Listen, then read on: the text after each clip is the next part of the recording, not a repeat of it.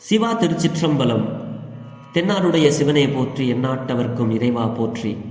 அடியார் பெருமக்களது திருவடிகளை அடியார்க்கு அடியேன் சிவபாலா வணங்கி கொண்டு, அடியார் பெருமக்களே, நிறைய இடங்கள்ல நம்ம பார்க்குறோம், நான் ஆன்மீகவாதி அப்படின்னு நிறைய பேர் சொல்வதுண்டு.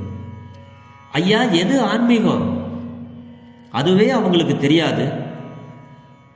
நான் ஆன்மீகவாதி இப்படியே சொல்லிட்டு இருப்பாங்க. ஐயா, கோயிலுக்கு போகிறதும் சாமி கும்பிட்றதும் இயற்கையாக நமக்கு வழியாக நமக்கு முன்னோர்கள் காட்டி கொடுத்த வழி.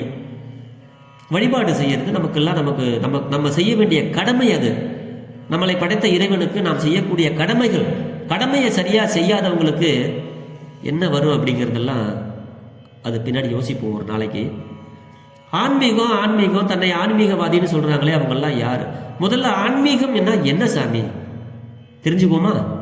இதுதான் ஆன்மீகம், நல்லா தெரிஞ்சுக்கங்க அப்படின்னு நமக்கு சில குறிப்புகளை எல்லாம் கொடுத்திருக்கிறார்கள். எது ஆன்மீகம்?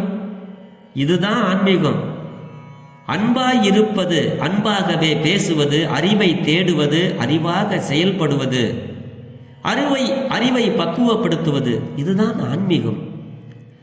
அதிகாரம் செய்யாதிருப்பது, அழகில் மயங்காதிருப்பது, அகங்காரம் கொள்ளாதிருப்பது, அடக்கமாக வாழ்வது, இதுதான் ஆன்மீகம். அறிவாக வாழ்வது, அறிந்து பேசுவது, ஆணவம் கொள்ளாதிருப்பது, அடக்கி வாழ்வது, ஆதியை உணர்வது, இதுதான் சாமி ஆன்மீகம். ஆதி ஏட்டினை உணர்வது ஆன்மீகம். ஆசை வார்த்தைக்கு மயங்காத இருக்கிறது தான் ஐயா ஆன்மீகம். ஆண்டவனை தேடாதிருப்பது ஆன்மீகம் இல்லை. ஆண்டவனை தேடணும்,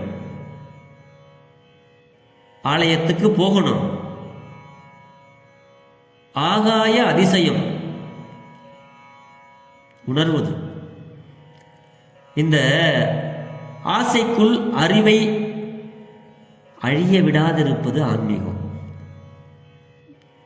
இல்லறத்தோடு வாழ்வதுதான் ஆன்மீகம். இரக்க குணம் உனக்கு இருப்பதுதான் ஆன்மீகம்.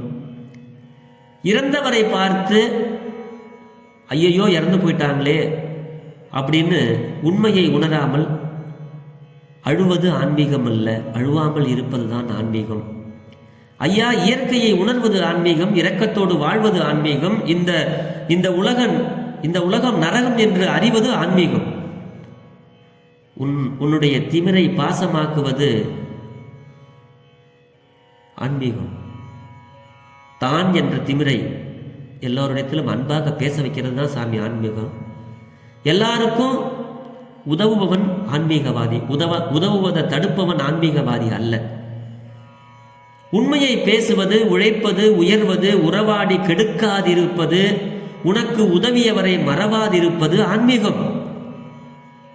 உன் உள்ளம்தான் உனக்கு நீதி என அறிவது, உன் பெற்றோரை உயிரிருக்கும் போதே வணங்குவது ஆன்மீகம்.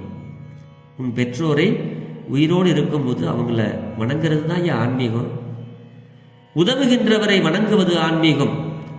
உழைத்து வாழ்வது, உன்னை நீ அறிவது, கலகம் செய்யாதிருப்பது, ஒற்றுமையாக வாழ்வது, இதுதான் ஆன்மீகம்.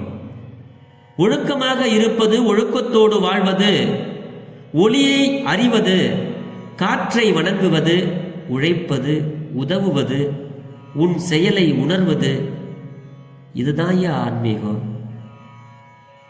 உன் சாரீரத்தை பக்குவப்படுத்துவது, சான்றோராக வாழ்வது, சான்றோர்களுடன் இணைந்து வாழ்வது, சாந்தமாக இருப்பது, சிந்தித்து செயல்படுவது, சிந்தித்து உணர்வது, இதுதான் ஆன்மீகம். சித்தாந்தத்தை அறிவது ஆன்மீகம். சுத்தத்தை விரும்புவது ஆன்மீகம். சுழற்சி செய்யாதிருப்பது, சூதுவாது இல்லாதிருப்பது, சேர்ந்து வாழ்வது, ஞானத்தோடு வாழ்வது, தவறு செய்யாமல் இருப்பது, சூதுவாது இல்லாதிருப்பது, தவறை மறைக்காதிருப்பது, இதுதான் ஆன்மீகம். தன்னம்பிக்கை உனக்கு இருப்பது, தர்மம் செய்ய கால நேரம் பார்க்காதிருப்பது, தானம் கொடுப்பது, தாவர தன்மைகளை அறிவது, தாய் தந்தையர் செல்வத்தை விரும்பாதிருப்பது ஆன்மீகம். தானும் மகிழ்ந்து பிறரையும் மகிழ்ச்சி செய்வது ஆன்மீகம். தானும் மகிழ்ச்சியா இருக்கணும், பிறரையும் மகிழ்ச்சி செய்யணும். தாய் தந்தையரை துன்புறுத்தாதிருப்பது, தியாகம் செய்வது, திருடாதிருப்பது, நல்ல வார்த்தைகளை பேசுவது, நன்றி மறப்பாமல் இருப்பது, நம்பிக்கை துரோகம் செய்யாமல் இருப்பது, நாவடக்கம் கொள்வது, நாம் என்று வாழ்வது, நாட்டு பற்று கொள்வது, இதுதான் ஆன்மீகம். இந்த பூமி தாய் நிலத்தை வணங்குவது ஆன்மீகம், நிழல் தரும் மரத்தை நேசிப்பது ஆன்மீகம், நேர்மையோடு வாழ்வது ஆன்மீகம், பறவைகள் அந்த பறவைகளை அறிவது ஆன்மீகம், பசிப்பவனுக்கு உணவு அளித்தால் அதுதான் ஆன்மீகம், பகை கொள்ளாதிருப்பதுவே ஆன்மீகம், பசுவை வணங்குவது ஆன்மீகம், பிறர் கெட நினைக்காதிருப்பது ஆன்மீகம், பிறரை மதித்து நடப்பது, பிறர் துன்பம் போக்கிட நினைப்பது, பிறர் நலம் நாடுவது, இதுவெல்லாம் ஆன்மீகம். பிறர் மனம் புண்படாத நடப்பது ஆன்மீகம், பழி சொல்லாதிருப்பது ஆன்மீகம், பிரபஞ்ச வேதம்தான் ஆன்மீகம்.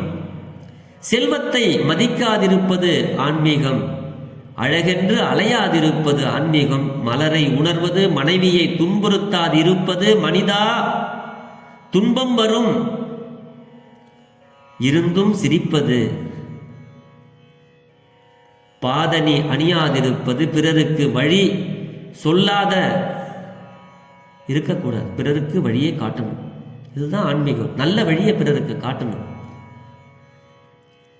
புலன் ஒன்றை உணர்வது, பூமாலை சூடாதிருப்பது, பெற்றோருக்கு பணிவிடை செய்வதுதான் ஆன்மீகம், பெற்றோரை நேசிப்பதுதான் ஆன்மீகம். குறிப்பாக பெண்ணை அடிமைப்படுத்தாதிருப்பதுதான் ஆன்மீகம். பெரிய செல்வத்தை சேர்க்காம நீ மீடியமா நல்ல வாழ்க்கை வாழ்ந்தினா அதுவே ஆன்மீகம்தான். பெற்றோரை பகைக்காதிருப்பது ஆன்மீகம்.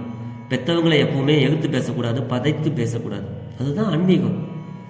வெண்மை ஆடைதான் ஆன்மீகத்திற்கு உகந்தது என்று சொல்கிறார்கள். அப்படி நம்ம இதையெல்லாம் நேசிக்கணும். இதோட சேர்ந்து கடவுளை மறவாதிருப்பது ஆன்மீகம், கடவுளை மறவாதிருப்பது ஆன்மீகம், இதெல்லாம் ஆன்மீகம். முதல்ல சொன்னதே தான், கடவுளை மறக்காம இருக்கணும், நல்ல வழியில நடக்கணும்.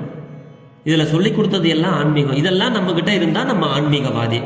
இதை கேட்ட பிறகு நீங்க ஆன்மீகவாதியா இருக்கிறதுக்கு முயற்சி பண்ணும். நம்மளை பரிசோதிக்கணும். நான் ஆன்மீகவாதியா? நான் எல்லார்ட்டையும் சொல்றேனே. அதே மாதிரி பிறரை பார்த்த உடனே நீங்க ஆன்மீகவாதி அப்படிலாம் சொல்லாதீங்க. ஆன்மீகத்திற்கென்று ஒரு தரம் இருக்கிறது, அவர்கள்தான் ஆன்மீகவாதிகள். ஆக ஆன்மீகம் என்பது எது அப்படின்னா இதுதான் ஆன்மீகம் என்பது. இது நமக்கு ஒரு புஸ்தகத்தில் படித்ததை உங்களோடு பகிர்ந்து உள்ளேன். இதில் ஏதாவது பிழை இருந்தால் சிறியனே மன்னித்தருள வேண்டும். அடியார் பெருமக்கள் வாழ்க சீர். அடியார் எல்லாம் அடியார்க்கு அடியேன். சிவா. திருச்சிற்றம்பலம்.